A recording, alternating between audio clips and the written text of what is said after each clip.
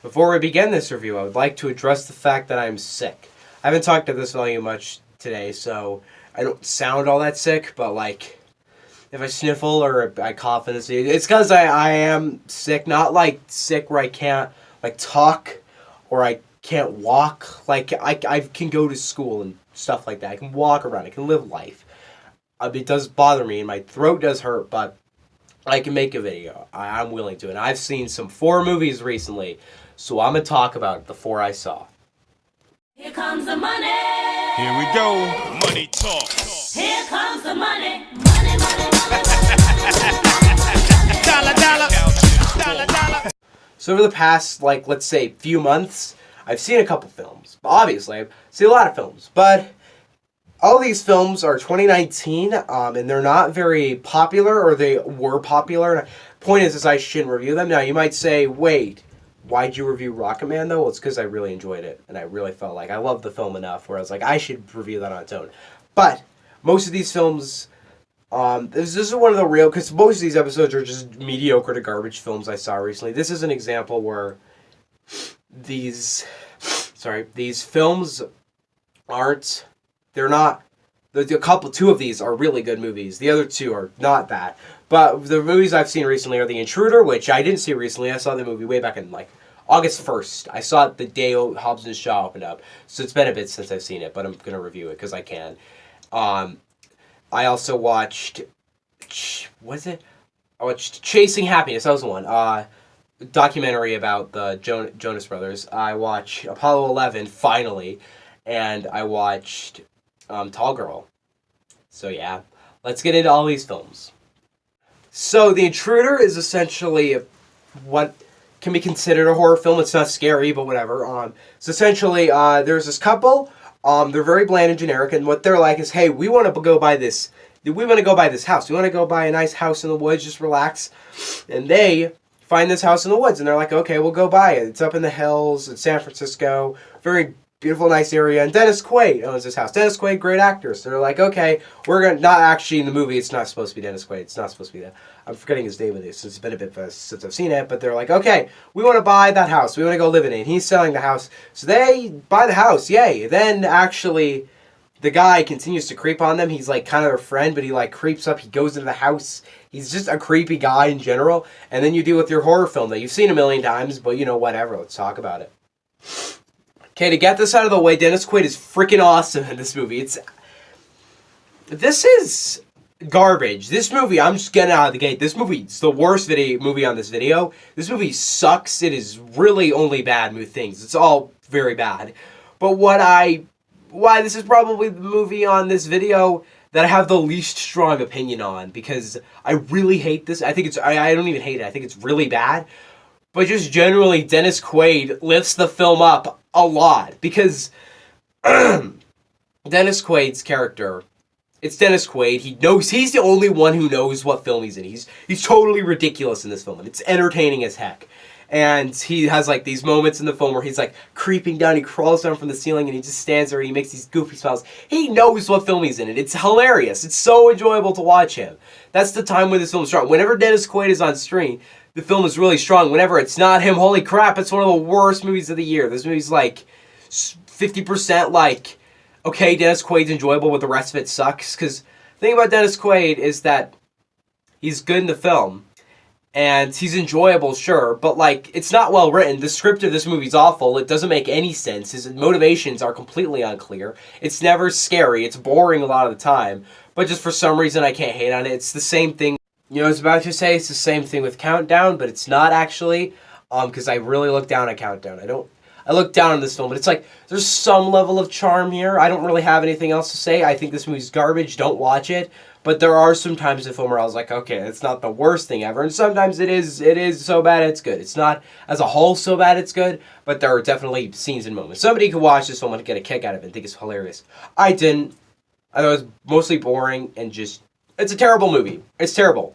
It deserves a really bad rating, but it doesn't quite deserve the worst rating. I'm going to give this movie a freaking 2. Pretty bad, but not the worst. Okay, I don't like Jonas Brothers. I'm just getting out the way. I don't think it's horrible music. I just think that I hate pop. Any modern pop. Frick Billie Eilish. I just hate most modern music, if you go to the Billboard, just played me probably even one of those songs there, I'd probably scream at you and throw a dish at you.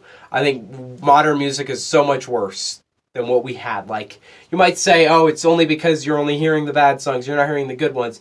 Yeah, but all the bad songs are the hits. For some reason, all these horrible songs are... Point being, I don't like the 2010s music. I especially really, really don't like just this entire decade's taste.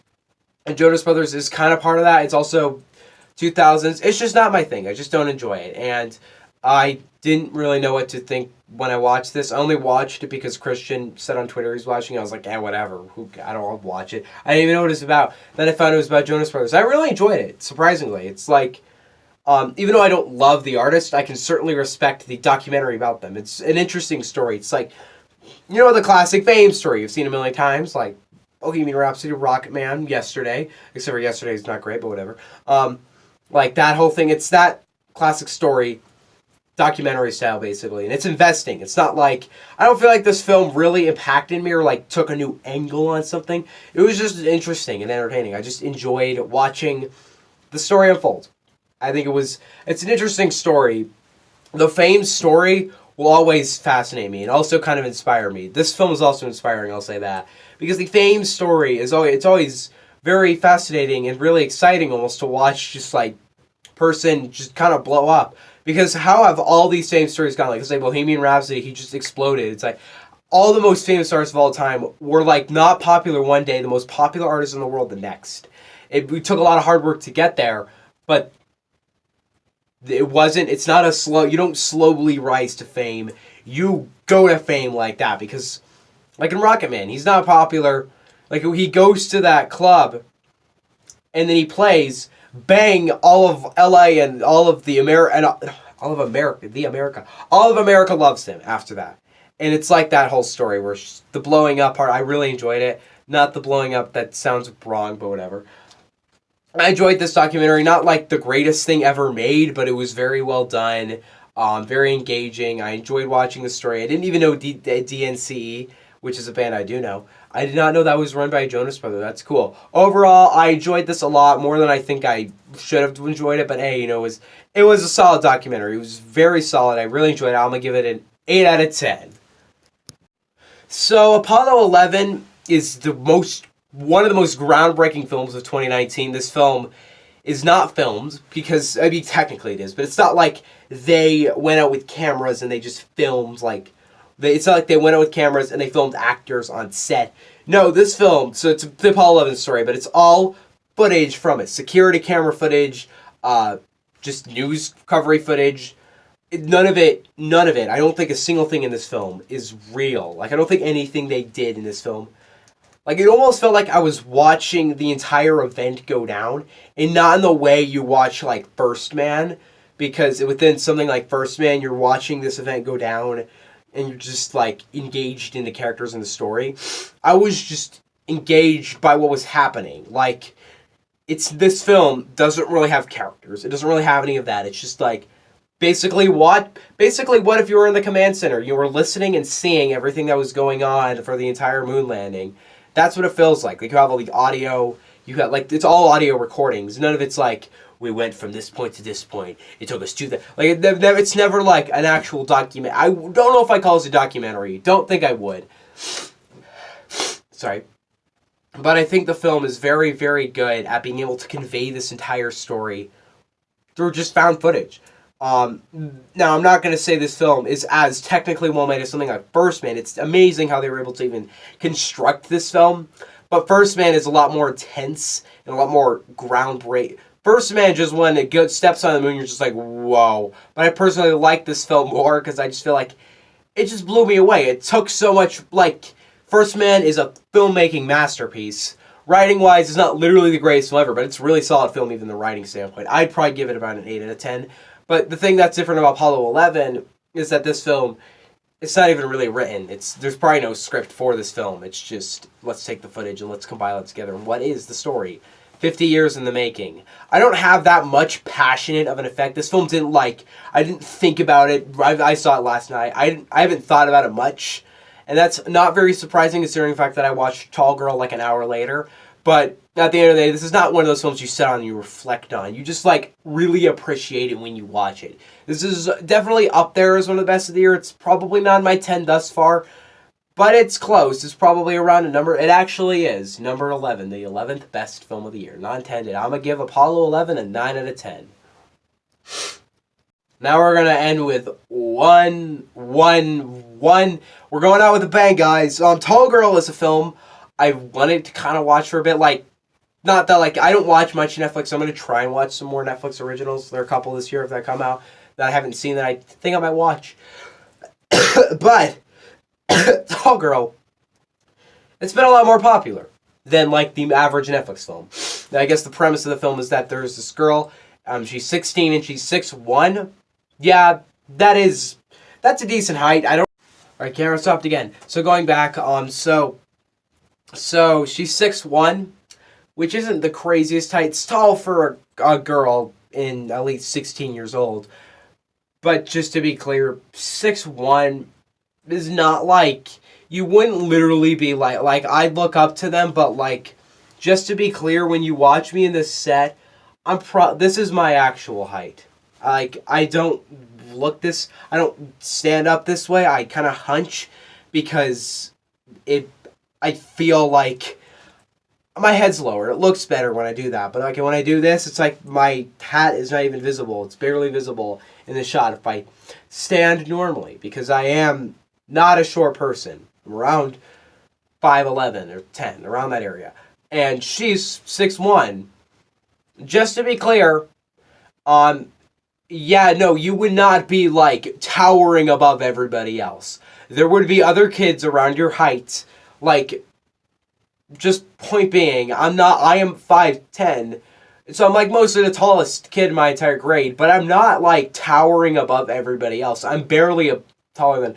Point being that in the film they act like, look, she's like has this like growth defect, and like she was 4 feet tall, meaning that in the matter of 13 years, she only grew around 4 feet, or 2 feet actually. So when you think about it, she didn't have all that of a growth rate. Freaking 13 years, and she grows about 2 feet. She does not have a fast growth rate. Like, they act like, the thing about it is that, yeah, 6'1" is tall, but, like, they act like it's a curse, and, like, everybody makes fun of her for it, which is the most stupid and unrealistic thing. That would not happen. Nothing in this movie would happen. This movie is so freaking bad. It's really bad. It's, like, I'll give my things about it. I think the acting is fine in the film, and I think it looks fine. Visually, it looks fine. It's not interesting, but it looks fine. And I think the film has, I guess, some sweet moments between the father and the daughter, things like that.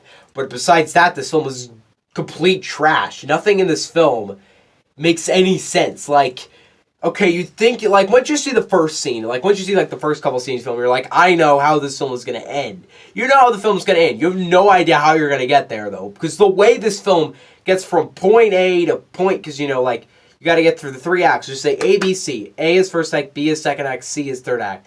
You have to get from A to C. Okay, how are you going to do that? Well, you know how, if you see A, you're going to know how C ends. You have no idea how they're going to get through B. Because usually I thought, okay, so this is how it's all going to unfold. Didn't unfold like that at all. In fact, this film is a complete mess. Just random things happening, random people getting together, random events happening, random characters' conversations, random scenes that don't fit in the film at all. Just, they happen, and they're there, and there's no reason for them to be there. This film is a total mess, because it's a mess of stuff happening. Really boring things happening. Just the most generic teen romance things you've ever seen, except for it makes no sense, and it's less cliche, because it makes no sense, because it's all over the place. Like, this one character likes her, but now he likes her, but now he likes her, but now he likes her, but then he the character's motivations make no sense. I want to spoil the way this film ends. Spoiler warning for those who even care at all. The way this film ends is so dumb. The Swedish guy, remember him? I don't remember his name. Who does? Yeah, he's not a jerk.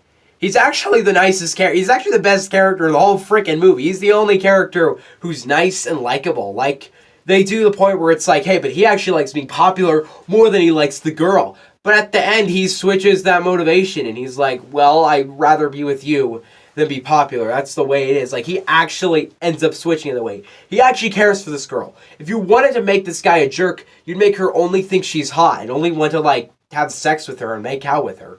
And you'd have the other guy be the one who actually cares passionately about her. But no, I wouldn't say it's the other way around, but the other guy is a total jerk.